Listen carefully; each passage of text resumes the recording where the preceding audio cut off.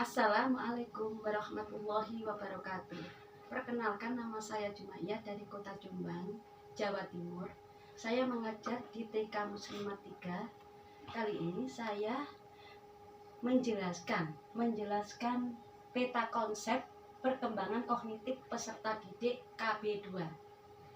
Perkembangan kognitif peserta didik KB2 menurut Piaget dibagi menjadi 4 bagian. 1. Sensomotorik, 2. Praoperasional, 3. Operasional konkret, 4. Operasional formal. Ke-1, sensomotorik, umur 0-2 tahun.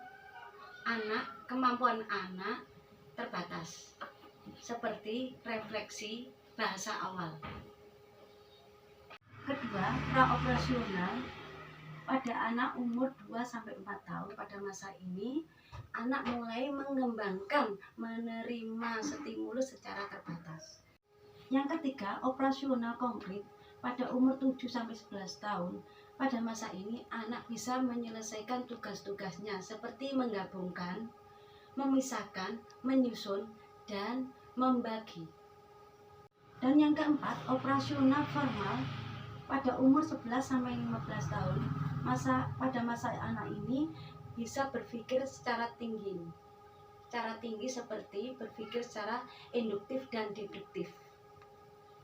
Perkembangan kognitif peserta didik menurut Vygotsky adalah lebih menekankan pada konsep sosial kultural, yang artinya konteks sosial dan interaksi dengan orang lain.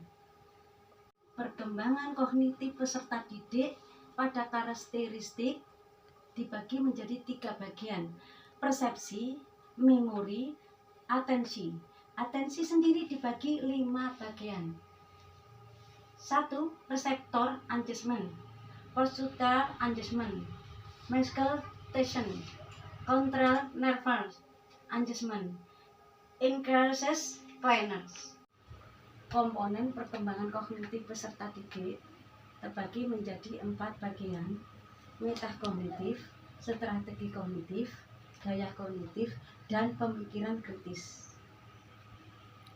Komponen metakognitif terdiri pengetahuan metakognitif, aktivitas kognitif. Faktor yang memengaruhi perkembangan kognitif peserta didik ada 2. 1. Faktor hereditas, dan 2. Faktor lingkungan. Pada faktor lingkungan, ada faktor yang mempengaruhi terbesar, terdiri dari 2, yaitu pada faktor lingkungan keluarga dan faktor lingkungan sekolah. Strategi perkembangan kognitif peserta didik. 1. Ajak murid memfokuskan perhatian dan meninggalkan gangguan. 2. Bantu murid memahami satu kalimat yang perlu mereka pahami. 3. Gunakan media dan teknologi secara efektif sebagai bagian dari pembelajaran di kelas. 4. Ubah lingkungan fisik. Upaya perkembangan kognitif peserta didik. 1.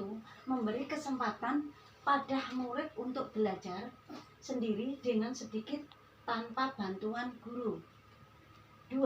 Menunjukkan strategi belajar dan mendorong murid untuk menggunakan strateginya mereka sendiri. Itulah penjelasan dari saya, peta konsep KB2 mengenai perkembangan kognitif peserta didik. Sekian, saya akhiri. Wassalamualaikum warahmatullahi wabarakatuh.